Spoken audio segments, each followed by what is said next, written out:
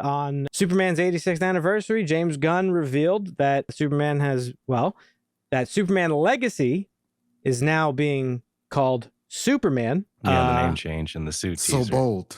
That I guess the emblem teaser. Yeah, he revealed that the film has now gone officially into principal photography. And yeah, we talked about that last week, that it was going into production this week. Yep, and he revealed what is apparently going to be the crest. And I got to say, I'm pleasantly happy. I was a little upset when I first saw the production. The name cards. We teased the name cards, and we were Yeah. like, well, Marvin was immediately like, what the fuck is that?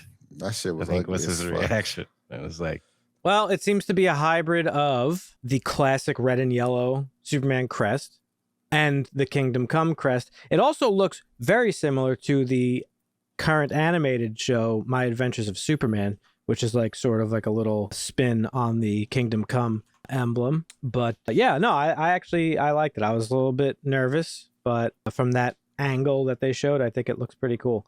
There was also another thing that came out. I don't know if you saw this, Dusty, but Rachel Brosnahan, who is playing Lois Lane, she took to TikTok and Instagram and posted a video of herself.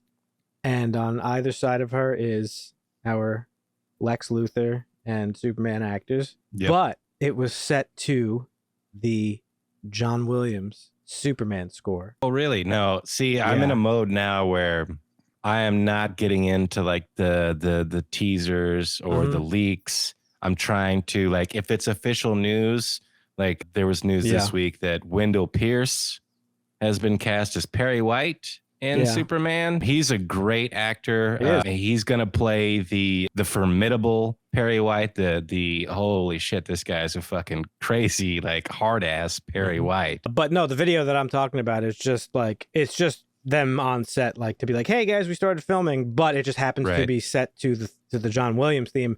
And it got me wondering, are they using the John Williams theme? And now, you know, obviously I and Ed, shout out to Ed, and I don't know how you feel about this, but I don't think any score ever should ever be used for Superman ever again, because that is so definitively Superman at this point. I don't think. Yeah. I mean, I think you could get a current composer to maybe use it and put a little flair on it. Like if you had a Hans Zimmer or a John Carpenter, like use John it, Carpenter but Superman.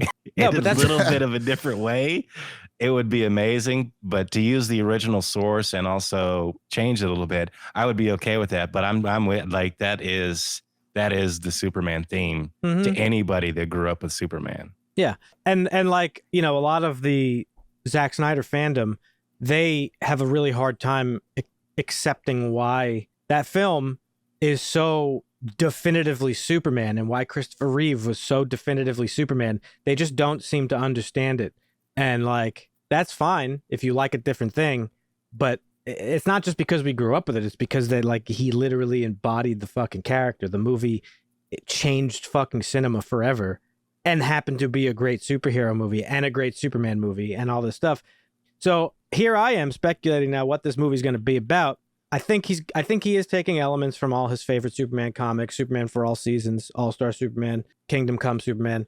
Kingdom Come's a little bit of a weird one because, as I mentioned last week, Kingdom Come is a much older Superman who has to like get the boys back together. They're all old as fuck, geriatric superheroes coming together to fucking stop like the new wave of like young Thundercat superheroes who think they're hot shit and they're fucking basically vigilantes. What the fuck's your problem? You think you know it all? You little young Thundercat. So I don't think we're going to get all that in Kingdom Come or from Kingdom Come. All-Star Superman is Superman fucking in the last days of his life, and I don't think we're going to open the DCU with that. No. So, yeah.